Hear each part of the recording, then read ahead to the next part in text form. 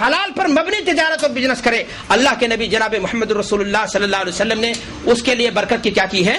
دعا کی ہے۔ میرے بھائی اور دوستو، آپ اگر قرآن مجید کے نصوص کو پڑھیں گے تو آپ دیکھیں گے اگر کسی مسلمان کے اندر سود خوری کی عادت ہے تو وہ یہ جان لے کہ سود کھانا، سود کھلانا یہ جاہلیت کے اعمال میں سے ہے، ان لوگوں کے صفات میں سے ہے جو اللہ کے کیا ہیں؟ دشمن ہیں، نبی کے کیا ہیں؟ دشمن ہیں، اللہ کی نظر میں مبغوض ہیں، اللہ کے رسول صلی اللہ علیہ وسلم کی جانب سے لعنت کے مستحق ہیں۔ ایسے لوگوں کا معاملہ ہے، اللہ تعالی ہم سب مسلمانوں کو اس سے کیا کرے؟ محفوظ کرے۔ اگر ایک مسلمان کے اندر ایسی کوئی عادت پائی جا رہی ہے تو اسے یہ جان لینا چاہیے کہ یہود و نصارہ کی صفات کا وہ کیا ہو چکا ہے؟ حامل ہو چکا ہے۔ آپ تاریخ کو پڑھیے، جی ہاں، اسلام کی تاریخ کو پڑھیے۔ اسلام سے پیشتر عربوں کا حال کیا تھا؟ زمانے جاہلیت میں ان کا معاملہ کیا تھا؟ وہ سود پر مبنی معاملات کو ایک نفع بخش بزنس، نفع بخش تجارت سمجھا کرتے تھے۔ اللہ کے رسول صلی اللہ علیہ وسلم کے چچا عباس رضی اللہ تعالیٰ عنہ کا کاروبار کیا تھا؟ سودی تھا۔ خالد ابن ولید رضی اللہ تعالیٰ عنہ کے بارے میں آتا ہے کہ ان کا کاروبار کیا تھا؟ سودی تھا۔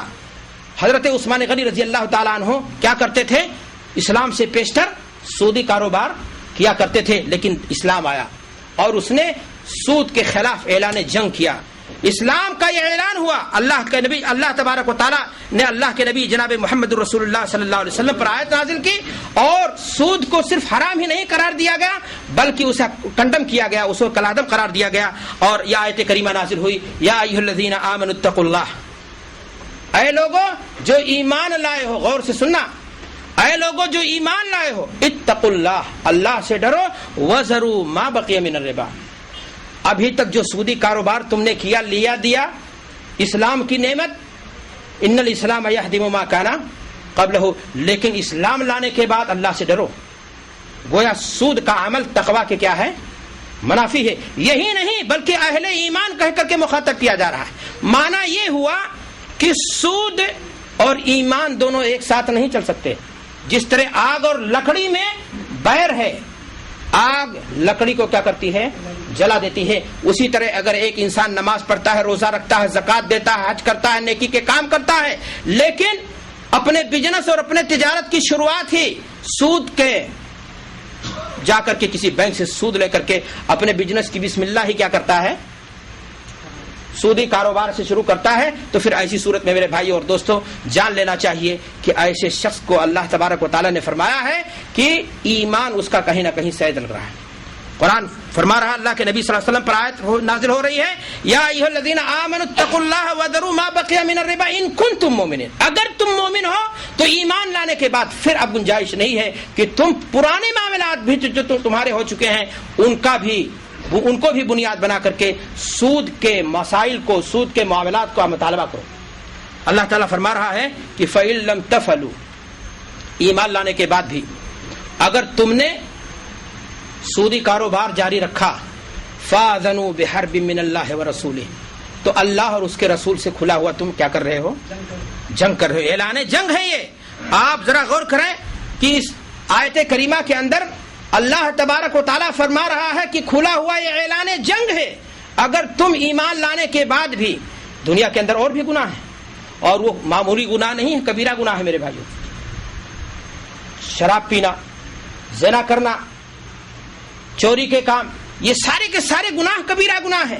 لیکن آپ قرآن مجید کا مطالعہ کیجئے، اتنی شدید وعید کسی اور گناہ پر وارد نہیں ہوئی ہے جتنا کہ سود پر ہوئی ہے۔ اس آیت کریمہ کے شان نزول کو پڑھیے، مفسرین نے لکھا ہے اللہ کے نبی جناب محمد رسول اللہ صلی اللہ علیہ وسلم پر کے پاس آ کر کے طائف کی دو بڑی جماعتیں تھیں، ایک قبیلہ ثقیف کے لوگ اور دوسرے کیا نام ہے عمر بن عمیر کی قیادت میں لوگ آئے 9 ہجری کے اندر اللہ کے نبی جناب محمد رسول اللہ صلی اللہ علیہ وسلم کی خدمت میں، اور وہ اسلام لے آئے۔ ان کا معاملہ تھا دوسرے قبیلے سے سودی کاروبار تھا۔ سودی کاروبار کا جو ان کا معاملہ بنو مغیرہ سے تھا، اسلام لانے کے بعد آپس میں انہوں نے کہا ٹھیک ہے اب ہم ایمان تو لے آئے ہیں، اب سودی کاروبار نہیں کریں گے، لیکن جو ہمارا سود بقایا پرانا آپ کے اوپر تھا اس کو کم سے کم آپ کیا کر دیجئے، ادا کر دیجئے۔ معاملہ گورنر جو مکہ کے تھے عتاب ابن اسید، ان کے خدمت میں گیا اور اس تعلق سے ان کے سامنے کوئی واضح احکامات نہیں تھے. اللہ کے نبی جناب محمد رسول اللہ صلی اللہ علیہ وسلم کے پاس انہوں نے خط لکھا، آیت کریمہ نازل ہو گئی کہ اے مومنو اللہ سے ڈرو، یا ایھا الذین آمنوا اتقوا اللہ وذروا ما بقی من الربا. اب تک جو سودی کاروبار تمہارا تھا جو تھا، لیکن اب اگر پرانا کاروبار بھی، پرانا لین دین بھی سودی اگر باقی ہے تو اسے کیا کرو، آپ وہیں پر چھوڑ دو. اگر تم نے لیا تو پھر یہ کام تمہارا اللہ سے کھلا ہوا کیا ہوگا، اعلان جنگ ہے، اور تقوی کے منافی ہے، ایمان کے یہ منافی عمل تمہارا ہوگا. میرے بھائی اور دوستو، اللہ تعالیٰ نے کس قدر شدت کے ساتھ، شدید انداز میں اس معاملے کو بیان کیا کہ ایسا انسان اللہ کا باغی، رسول کا باغی. اور آپ کو معلوم ہے کہ جو اللہ کا باغی ہو جائے، نہ تو زمین اسے پناہ دے گی نہ آسمان تلے اسے. ابو جہل اللہ کے رسول صلی اللہ علیہ وسلم کا باغی ہوا، نتیجہ کیا ہوا، دنیا بھی خراب ہوئی، مارا گیا، آخرت تو اس کی برباد ہو کر کے ہی رہے گی. تو میرے بھائی اور دوستو، اللہ اور اس کے رسول سے لڑائی لڑنے والا کبھی بھی کامیاب نہیں ہو سکتا ہے. اور آپ کو میں بتاؤں کہ یہ چیز اتنا شدید اعلان سود کے تعلق سے قرآن مجید میں اس لیے ہوا میرے بھائی اور دوستو کہ سودی کاروبار جس معاشرے کے اندر پنپ جاتا ہے وہ معاشرہ بالکل قلق اور اضطراب کا شکار ہو جاتا ہے. باہمی محبت، باہمی مودت، آپس میں رحم دلی، آپس میں بھائی چارگی، کوئی کسی کا کام آنے کے لیے تیار ہو ہی نہیں سکتا ہے. اگر ایک معاشرے کے اندر سودی لین دین، سودی معاملہ، سودی مسائل پنپ جائیں تو پھر ایسی صورت میں ان تمام چیزوں کی رحم دلی کی، کوئی انسانیت کی، شرافت کی امید کسی سے نہیں لگانی چاہیے. میرے بھائی اور دوستو، اب میں آپ کو بتانا چاہتا ہوں، امام مالک رحمۃ اللہ علیہ کا زمانہ ہے. امام مالک رحمۃ اللہ علیہ کے پاس بڑا عجیب واقعہ ہے، سننے کی چیز ہے. ایک آدمی آتا ہے، امام مالک رحمۃ اللہ علیہ سے مسئلہ عرض کرتا ہے، استفسار کرتا ہے. امام مالک رحمۃ اللہ علیہ سے عرض کرتا کہ میں آ رہا تھا، میں نے ایک آدمی کو دیکھا شراب پی کر کے نشے میں دھت تھا، عقل اس کی پوری غائب تھی، وہ بدحواسی کے عالم میں چاند کو پکڑنے کی کیا کر رہا تھا، کوشش کر رہا تھا. امام مالک رحمۃ اللہ علیہ سے وہ آدمی عرض کرتا ہے کہ مجھے اتنی نفرت ہوئی شراب سے کہ میں نے یہ بات کہہ دی جوش میں آ کر کے کہ اگر انسان کے پیٹ میں شراب سے بھی زیادہ کوئی قبیح چیز جائے تو میری بیوی کو طلاق. آپ مجھے یہ بتا دیجئے امام مالک، آپ مجھے یہ بتا دیجئے کہ میری بیوی کو طلاق واقع ہوئی، میری بیوی پر طلاق پڑی یا نہیں پڑی. امام مالک رحمۃ اللہ علیہ نے مسئلے میں سنجیدگی کے ساتھ غور کرنے کی کوشش کی اور کہا کہ تمہارے مسئلے کا جواب ہم کل دیں گے. آدمی دوسرے دن آیا، امام مالک رحمۃ اللہ علیہ اس مسئلے کے تعلق سے قرآن و سنت کو پڑھتے رہے، کھگالتے رہے کہ وہ کوئی صحیح نتیجے تک پہنچ سکے. آدمی نے کیا بات کہی تھی پھر سن لیں کہ اگر کسی انسان کے پیٹ میں شراب سے بھی دنیا میں کوئی قبیح چیز ہے کھائی پی جانے والی اگر جاتی ہو تو میری بیوی کو طلاق پڑ جائے. یعنی اس کے علم و دانش کے اندر، اس کے علم کی حد تک شراب سے کوئی قبیح چیز کھائی جانے والی، پی جانے والی دنیا میں چیز نہیں تھی. میرے بھائی اور دوستو، امام مالک رحمۃ اللہ علیہ جب آدمی دوسرے دن آیا تو انہوں نے یہی کہا کہ تمہارے مسئلے میں ابھی میں نتیجے کو نہیں پہنچ سکا، تم کل آؤ. تیسرے دن جب وہ آیا، امام مالک رحمۃ اللہ علیہ نے فرمایا کہ سائل، تیری بیوی پر طلاق واقع ہو چکی ہے. میں نے قرآن و سنت کا مطالعہ کیا، ورق گردانی کی، محنت کی، نتیجے تک پہنچا کہ دنیا میں ایسی چیز ہے جو شراب سے بھی زیادہ قبیح ہے اور انسان اس کو نوالا بناتا ہے، کھاتا ہے. کہا وہ کون سی چیز ہے امام مالک رحمۃ اللہ علیہ سے؟ کہا وہ سود سے کمائی ہوئی دولت ہے. اس لیے کہ اللہ نے سود خور کے لیے اعلان جنگ کی بات کہی ہے.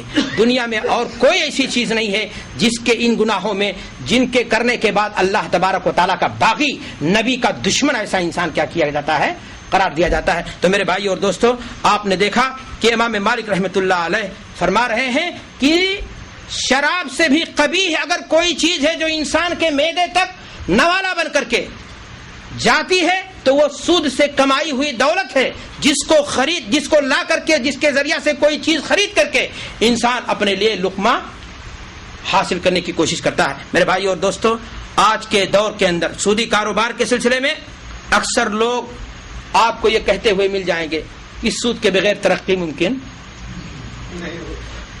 اس میں حصہ لے بغیر مسلمان کیا ہو جائے گا؟ غربت و افلاس کا شکار ہو جائے گا۔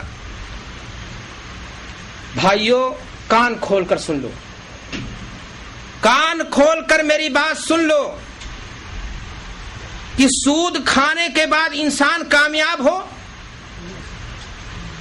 انسان کی ترقی ہو، یہ ممکن نہیں ہے۔ اگر اس میں خیر ہوتا تو رب نے مجھے، ہم سب کو، اہل اسلام کو اس کی اجازت۔ خلافت راشدہ کا دور دیکھیے، نبی کریم صلی اللہ علیہ وسلم کے یہ ساتھی منہاج نبوت پر اپنی حکومتیں چلانے والے، ان کے حکومتوں کی بنیاد بیت المال پر تھی، نہ کہ سود خوری پر۔ اور خلافت راشدہ دور خیر تھا، دور برکت تھا، اسلام کی ترقی کا زمانہ تھا، انسانیت کے پنپنے کا زمانہ تھا۔ اسلام نے، مسلمانوں نے خوشی کے دن دیکھے، وہ اس بدولت نہیں کہ ان کے ہاں سودی کاروبار تھا، بلکہ ان کا معاملہ، ان کا نظام کس پر تھا؟ بیت المال پر تھا۔ تو اسلام نے جس چیز کو حرام قرار دیا ہو اس کو ضروری قرار دیں، اور یہ کہا جائے کہ اس کے بغیر ترقی ممکن نہیں ہے، یہ بالکل محض کھوکھلا دعویٰ ہے، جھوٹا دعویٰ ہے، اور اس کے بغیر اور کوئی چارہ نہیں۔ میرے بھائی اور دوستو، سود یہ تباہی ہی نہیں، بربادی ہی نہیں، بلکہ بے برکتی کا بھی ذریعہ ہے۔ اللہ تعالیٰ قرآن مجید کے اندر ارشاد فرماتا ہے، یمحق اللہ الربا، یمحق اللہ الربا ویربی الصدقات، ان اللہ لا يحب کل کفار نثیم۔ اللہ تبارک و تعالیٰ سود کو کیا کرتا ہے؟ مٹاتا ہے، اور صدقات و خیرات کو کیا کرتا ہے؟ اللہ تعالیٰ اس میں معنوی برکت ڈال دیتا ہے۔ آپ کہیں گے کہ سودی کاروبار کر کے فلاں آدمی نے تو اتنی گاڑیاں خرید لی، اتنی بلڈنگیں بنا دی، اللہ کا اعلان جھوٹا ہے۔ اللہ فرما رہا ہے کہ سودی کاروبار کرنے والا سود مٹاتا ہے، سود برباد کرتا ہے، سود ہلاکت ہے، سود تباہی ہے، سود بربادی ہے، اور سود معاشرے کو جو ہے کیا کر دیتا ہے؟ انسانیت کو کیا کر دیتا ہے؟ دو حصوں میں تقسیم کر دیتا ہے، امیر اور غریب کا فرق دے دیتا ہے۔ میرے بھائی اور دوستو، اور آپ کہہ رہے ہیں کہ سود کو کیے بغیر مسلمان غربت و افلاس کا شکار ہو جائے گا، مسلمان کہاں چلا جائے گا؟ پیچھے چلا جائے گا، مسلمان ترقی نہیں کر پائے گا۔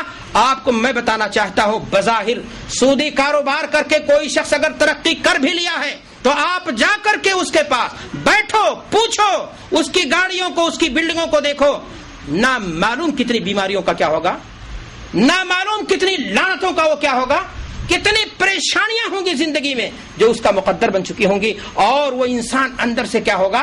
ٹوٹا ہوا ہوگا، وہ انسان اندر سے بالکل ٹوٹ چکا ہوگا۔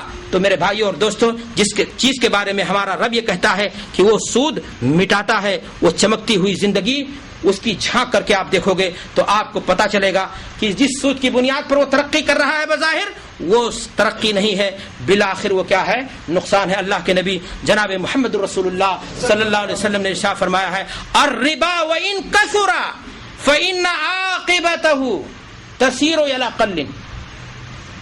ربا بظاہر ایک انسان کو اچھال دے دے، اس کی بزنس اور ترقی کو دنیا للچائی نگاہوں سے کیا کرنے لگے؟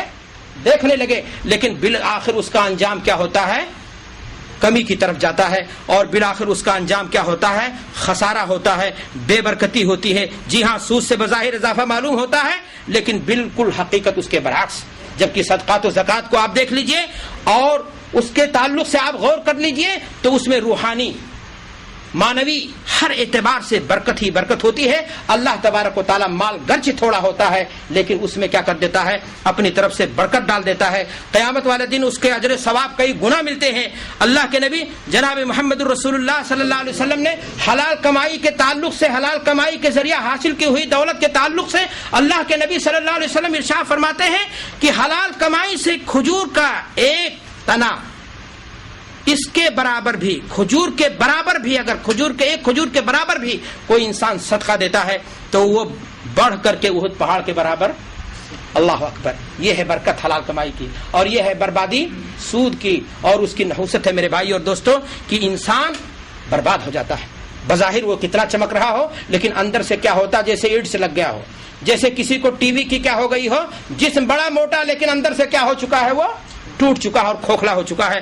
اللہ کے نبی جناب محمد الرسول اللہ صلی اللہ علیہ وسلم نے اس کے لیے لعنت بھیجی ہے, اور ایسے شخص کے لیے بد دعائیں ہیں میرے بھائی اور دوستو, وعیدیں ہیں. اللہ تعالیٰ قرآن مجید کے اندر ارشاد فرماتا ہے وما آتیتم من ربا لیربو فی اموال الناس فلا یربو عند اللہ. جو کچھ تم ربا کے معاملات کرتے ہو تاکہ وہ بڑھ جائے, لوگوں کا مال اچھال کھا جائے, ترقی ہو جائے, وہ بڑھ نہیں سکتا ہے. سودی کاروبار وہ بظاہر بڑھ رہا ہے لیکن آگے اللہ فرماتا ہے وما